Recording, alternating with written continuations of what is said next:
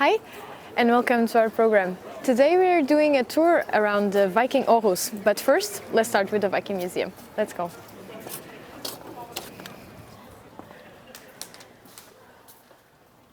So, just before, how many people would live in a house like this? Was this like an individual house? There would probably live a family inside of there. Yeah, it's not a lot. A whole family? Yeah, not a lot of space. Like how many people are you talking about? 4, 5 people? 4, 5, 6. Oh my God. Maybe 8. Oh. Yeah. Okay. Might be. Of course, they have different sizes. It's not like a uniform structure. So if you have 8 people, you might have a bigger pet house, but it's still a pet house. It's very, very tiny. But if you don't have a lot of money, or if you're a slave, so really an option. It's tough luck. Yeah.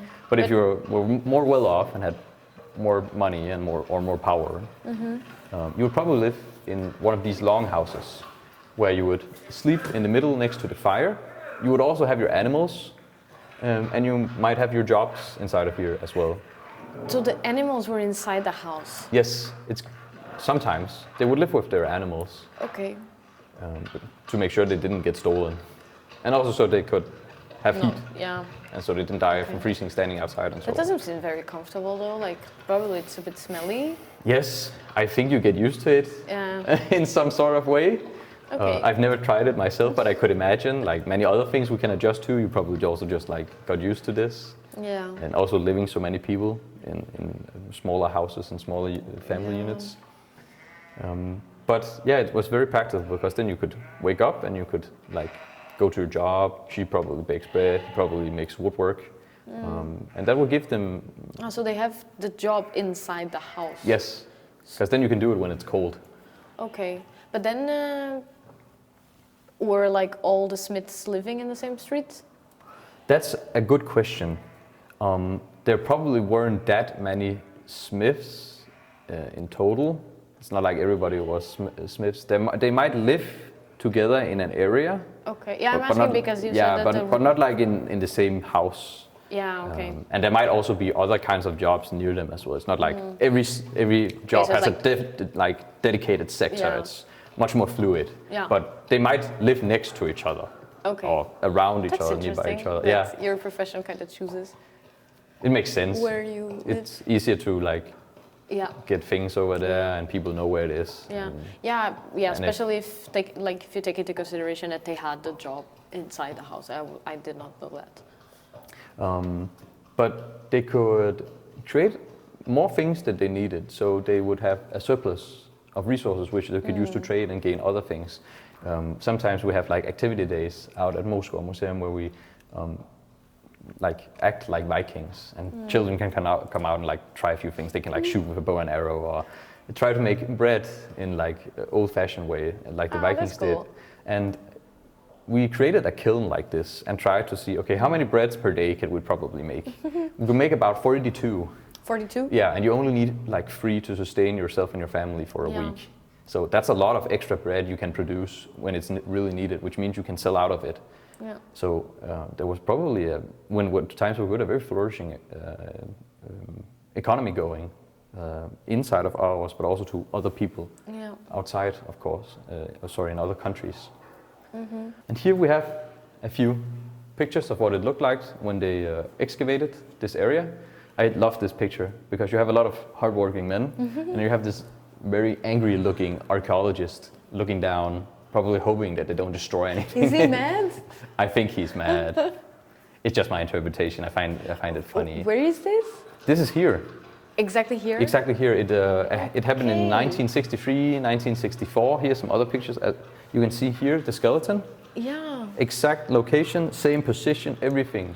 So crazy. They did, to their ability, everything they could to keep the things exactly where they were and create the mantra around them instead. Yeah. Which is quite interesting. Yeah. But yeah, that's the museum down here. As you can see, it's not very big, but I think we should go outside and then we can get an understanding of how big the Viking city actually is by going around the city today. Yeah. So here's our first stop on the little tour we usually do after we've been to the Viking Museum, and that's of course Domkirken, also known as St. Clemens Church. And this church is not a Viking church. It started building afterwards the Viking Age, but it has a very interesting history because it slowly, you could say, made the old Viking church outside that you saw on the model redundant, because this is much bigger. This is like, I think it's the longest, or either it's either the longest or the tallest church in Denmark. It's 93 meters long and 96 meters tall. It's a giant church. So it just took over everything. Yes, you have this massive church. There can be a huge amount of people inside of it. So the old one didn't really have any functions anymore. Also a fun fact, it got burned down. I think by Harald Blåtand, which is very bad for your PR when you're about to Christianize your entire people, that you've burned down a church. So he kind of like put it under the rock by giving them a lot of money and being like, don't tell anyone about I did this. And then they had the means to build a new church, which we will see when we arrive over there. But why did they? Because they wanted to change the church. Exactly. They wanted to change the church. Couldn't they just use the same building? I mean, in the end, when Aarhus expanded, they did start using the same church again because there came so many people. But for a while, this was only the main church to use, and that's because it's so huge. And these types of churches, they take ages to build. It started construction in the 1100s and was finished in the 1300s, 1400s. So it's like 200-300 years it took to build this giant structure. But that's because they don't have modern construction tools in the ways that we do. So it would be like, you as an architect, you start this and then your grandson finish it. So it's like an entire family's main objective for the next 100 years is just creating these massive churches. That's crazy. And it has the same like form, size, everything as when it was originally built, but this entire area around it has of course changed a lot since the Viking Age, because as you saw, it was filled with like long houses, pit houses and so on. But now there's this giant like common area. But it wasn't always like this. Churches usually have a farm connected to it, which lay here. Yeah, because they need animals to like have food. And also they usually sell things. They might brew beer. Monk beer is very, very popular throughout the Middle Ages. And they also need a place to live and sleep. So that's what the farm's main utility was. And it was walled, so people outside couldn't see in. But a lot throughout history, up from those 3 windows you can see there, priests would catch I don't know if bishop is the correct term for it, but like the high-ranking priest, yes. How do you say this in English in a very nice way? Having sex. I'm just gonna be frank. Caught having sex with women, and that's not very pious of you in any sort of way. So there's quite a few funny stories surrounding this church if you'd like to dig further. And the farm was here all the way until the 1800s, when it was decided that it has no use anymore, we're going to tear it down. And then in the 1920s, they created this area as it is today, and it has this form. Before it was a parking lot, that changed in 2008. Now it's just a common area that people can use, which is pretty nice. Let's move on. So, we're stopping here at Old Irish, not to drink beers. That would be quite funny. Damn it. Yeah, sorry. No, it's to show how the Viking Age and the city still forms the city today in like what it looks like. And you can see down this path right here, the elevation, and that's because we're on top of the wall you saw. So this is where the border of the Viking city would be, and then it would go down to the river, which would be much wider than it is today. That's so funny. Yeah, and you like never think about it when you stand here, but it has affected and still affects the city today, because you haven't removed the terrain. You could have raised it if you wanted, but you kept it, which I find quite interesting. And that's why this entire area around here is elevated compared to like the rest over that way until it naturally goes up again. Okay. Yeah, that's quite nice. Let's continue. Yes. Yeah. So here we are at the river, and the river in many ways hasn't really changed that much its form since the Viking Age. It's been cut down quite a bit to make place for the buildings and this walkway and so on. Can you like how big was it? It was probably maybe up to around, I would get, this is a very broad guess, I would guess around here and likewise on the other sides, because you needed to have two giant ships be able to pass each other. Ah, okay, so that makes sense. Yes, it would be much bigger today. How deep was it? Because now it's not so deep, right? No, it's not so deep anymore, probably deeper back then. Yeah. I'm not a, so I'm that not also changed and everything. Of course. And this is where the docks would be like a giant wooden platform stretching all the way down there, where dock workers, of course, would unload, load ships. Also might warp ships be gathering if you had to go out, plunder, or maybe raid, or defend from an enemy, which might be here. And then they would sail the ships, of course, that way, far down the river into Brabrand Lake, where they would then park them and probably hide them from the enemy if they came. Is there any evidence of what they did close to Brabrand Lake? Like, I don't know, a place where they were leaving the ships? No, because it was literally just leaving the ships? There was like no... There would probably be guards surrounding it, but I think an enemy who came from an enemy from another country would probably not know that there's a lake all the way down there, and they probably wouldn't go that far inland to search for these ships. They would probably be more focused on this trading city, because there would still be a lot of valuable things here, because it's a major trading hub. In that way. Sense. So it's a very good natural defense against enemies you could use. Let's keep going.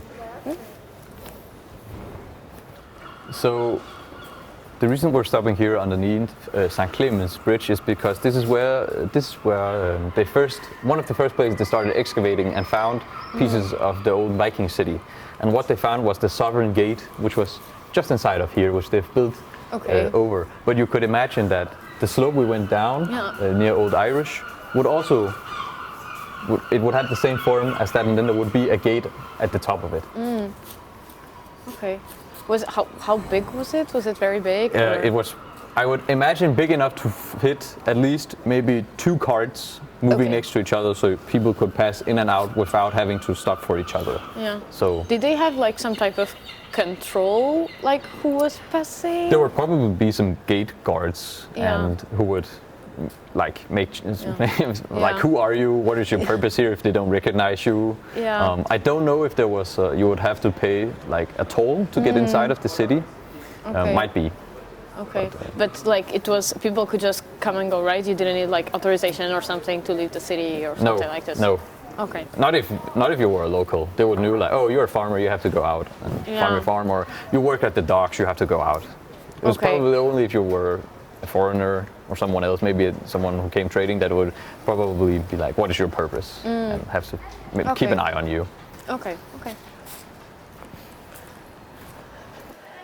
So the reason we're stopping here at this China wok house is sadly not to get some lunch, but it is to show you how... No beer, no lunch, what is this? Some of these like restaurants and buildings today that are here where the wall was have been forced to make some interesting architectural decisions. Like inside of here you can see that there's stairs everywhere inside of the shop, because that's where the wall would be, and so they had to build like an elevation constantly.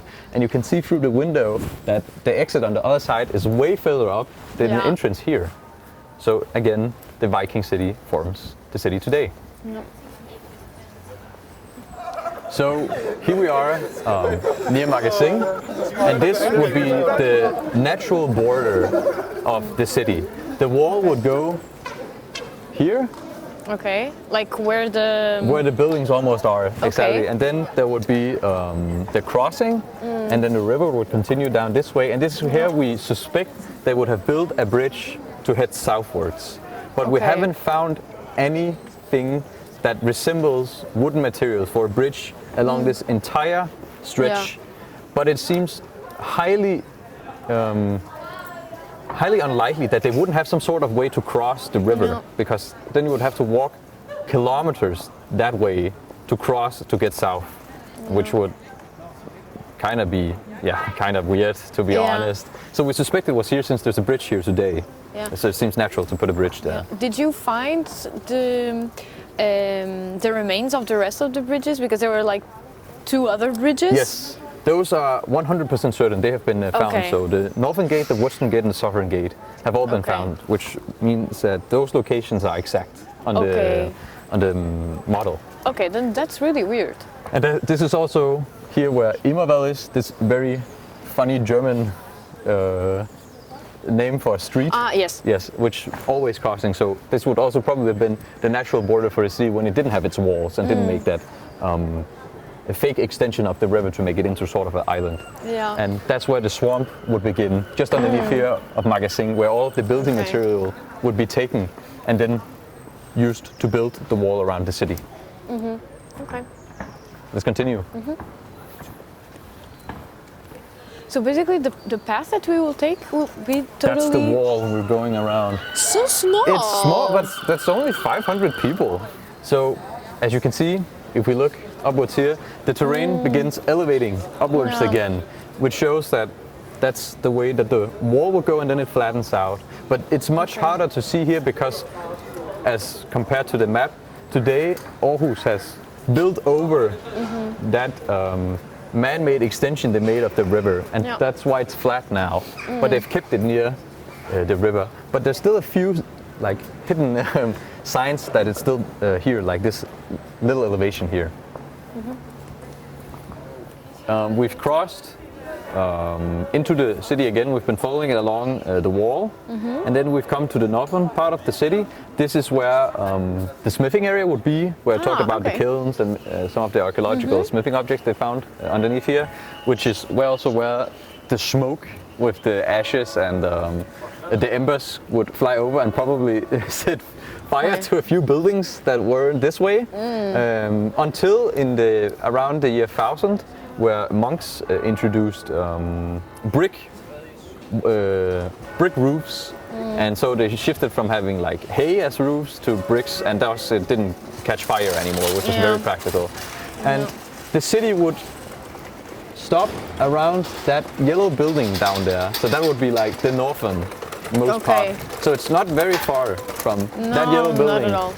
down to like the river over there. It's like what, maybe 400, 500 meters or something. So that is one of the places that you should see the elevation and everything, but you don't, because they've raised all of the elevation over there, much more than the rest of the area here. Yeah. Okay. So you wouldn't know that was where you could say the natural border of the Viking city would be as easy as if you were looking at it down there. That would be much harder to find. Let's keep going. So here we are at the Vor Frue Kirke, and this is where the first Viking church was placed underneath. It's you can't see it from here, but underneath right here is what's called the crypt church, which was probably the first church that the Vikings used to convert some of the local Vikings to Christianity. Okay. How big was it? Was it kind of the same size? Oh no, it's much smaller, much smaller. It was like, it's of course hard to like visualize, probably from the edge over there, and then until it starts to be moved out. So it's not very big, maybe 20 meters or something. And it probably says a lot about the Vikings that they decided to let the monks build their church outside of the city instead of inside of the city. So it's like, you can be here, but get out. Not really, you can stay outside. People can go out there if they want to the church. And then, as the first church we saw, St. Clemens Domkirken church, was finished, this kind of fell out of use, the old church, and it was given to a group of monks called the Dominicaner monks. I'm not sure the English translation of what that would be. Maybe Domitian monks. That's probably not right. But there were an order of monks, which were quite a bunch of weirdos, if I have to be honest, because they saw themselves as God's dogs, and so they were only allowed to speak when asked to. They were not allowed to speak like we're doing right now. You have to ask them a question before they were allowed to speak. So it probably some really weird conversations you had with them. Okay. But after you ask the question, can they just speak afterwards? No, they may answer the question. Only to answer. Yes, it's very interesting. What was the point of that? Well, I think because it fell out of use, they were like, we can't use it anymore. And then to get some popularity and maybe some credibility with the Christian church, donated to these group of monks, and then they would take care of it. But I think they didn't find that crypt church underneath the ground very appealing, so they built this church over on top instead. And then they kind of decided to forget about it. They would use it as a storage area, the old crypt church we will see. And then suddenly they just decided to wall the entrance over, and then it was lost in history for like 700 years. They forgot about it, didn't write about it, anything. And then in the 1955, when they had to renovate the floor of the church, a craftsman, he was working on it, and then he like broke through the barrier of the wall they had created down to the church, and he found this old Viking era church in like pristine condition, which is amazing. And we're going to go in and see it now. Also, I have to say that, of course, the Reformation happened in medieval Europe, and Denmark joined the Protestants, which also meant that many of the old beautiful churches with all their decorations and so on was confiscated by the state, given to the king, because Protestants don't in the same way embellish, decorate their churches like Catholic churches, which is why Catholic churches are so beautiful today, and Protestant churches are kind of boring compared to them. But it also meant that these monks and nuns around the country would be expelled. They would lose their right, because Protestants don't have monk orders or nun orders. Okay. And so the church went to the king, who named it Vor Frue Kirke, Our Lady's Church. And as you can see up there, we of course have Christ, and this way he is like, his posture is like that of the suffering Christ on the, of course, of the cross, the man who died and suffered for our sins. But that probably wasn't something that the Vikings in the same way would probably find appealing, and so there's a very interesting Christ figure underneath in the crypt church we're going to see, which has him, instead of posing like this, standing in a much stronger pose, like facing death diligently. Instead of the suffering Christ, you have the victorious Christ. And also he has a full beard, much stronger full beard than Christ usually is.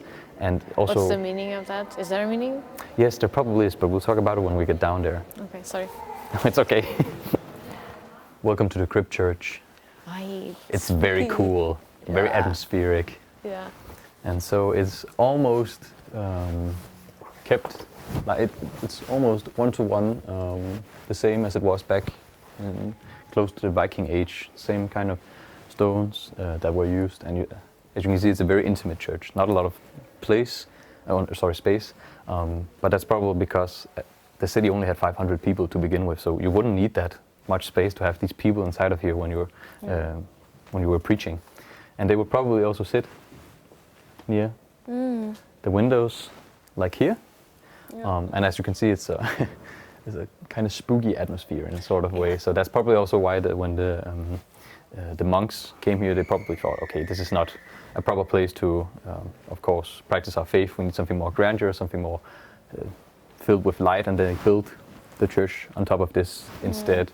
And then they closed off that entrance over there with a wall where they then broke through when they renovated. Okay. And down here in the back is, of course, where the priest would stand.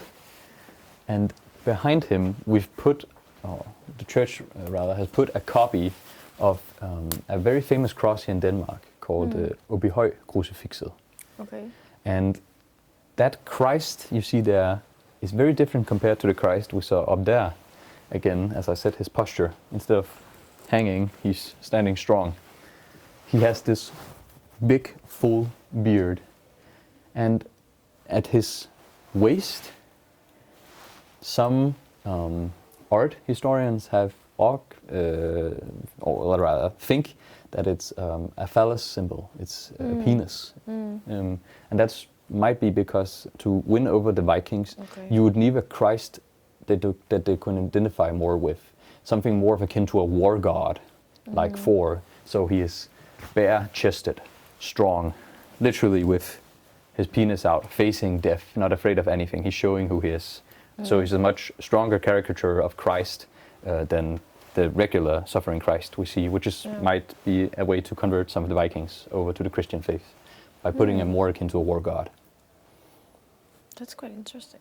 It's of course extremely up to debate. There are some people that don't think it is, but it's a very interesting discussion, I think. Yeah, quite nice.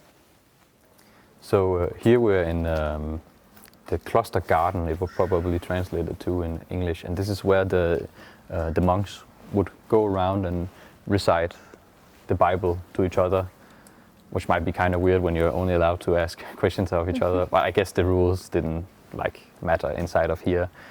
But this would be where they could, of course, relax. And I find this place so beautiful because we're in the middle of Aarhus, with one of the most busy streets just right outside there, where all the buses they go, and it's so quiet here. Yeah. It's a very nice and calm place, and also you can see some of the original stonework from when the church was built originally. Some of it is still on this wall here, and as you can see, where before were windows, they have bricked over instead. Yeah, you can really see. Yeah, exactly. And the next place we'll be going is where the monks would live, which has been turned into a church today. So you have 3 churches inside of this church, which is quite a lot of. So this here is what is known as the Klosterkirke, which would probably translate to Cloister Church in English. But this wasn't originally a church. This was where the monks would live and eat and interact with each other. And on these walls, some of the old Catholic chalk drawings have survived the Protestant Revolution. So they are authentic and are very rare, and allows us to see how they drew some of these chalk drawings up here in Denmark. Also, these 2 pillars you can see here, there's a rumor at the church that the monks took them from Constantinople, the capital of Byzantium, all the way down in Greece, and transported them up here and used them in the construction of this area of the church. Okay. Yeah, it's kind of a crazy story if they've all the way down there.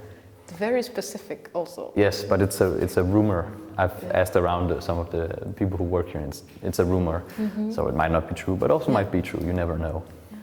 And so weird. Yeah, and this is probably a good representation of the size of a church around when just after the Viking Age, when Christianity was really gaining a foothold in the country.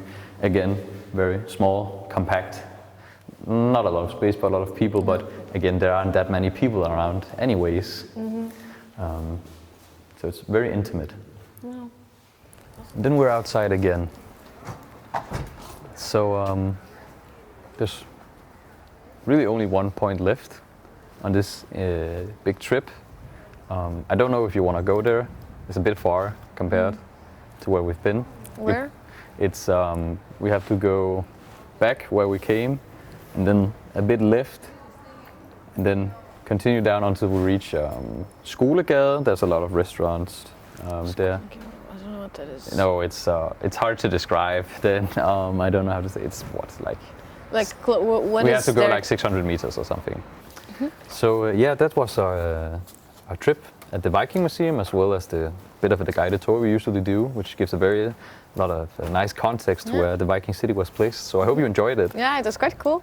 Yeah, thank you so much You're for showing welcome. us around. You're welcome. Yeah.